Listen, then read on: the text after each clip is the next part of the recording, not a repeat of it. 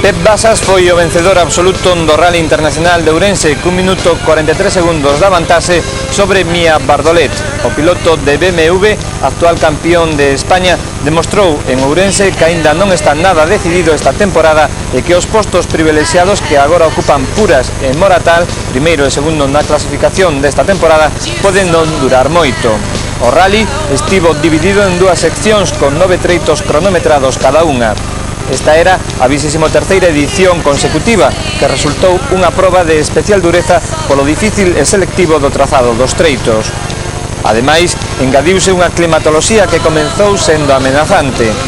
Na primeira sección, os pilotos tiñan que cubrir 3 percorridos con 3 pasadas a cada un deles. Eran os treitos de Triosesgós, Cañón do Sil e Ribeira Sacra.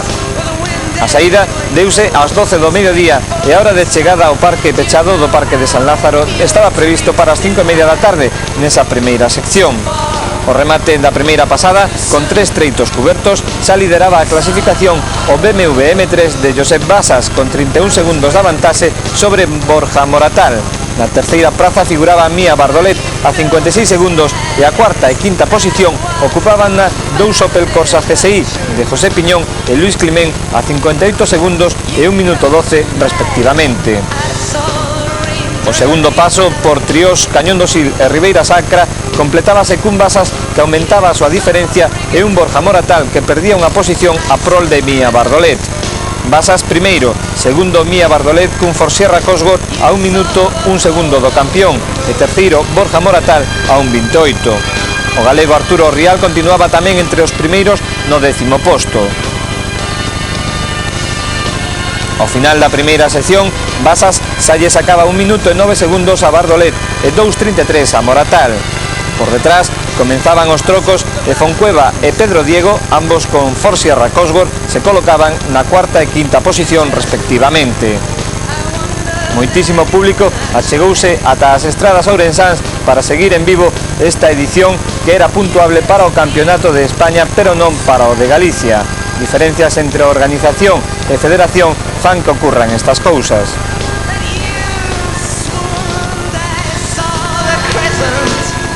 Todo quedaba pendente da sección nocturna que saía ás 10:30 da noite con chegada final a Ourense ás 5 da madrugada. Os treitos a cubrir eran os da Perosa, Castro de Beiro, Ribadavia Arnoia e Santo Tomé Toén.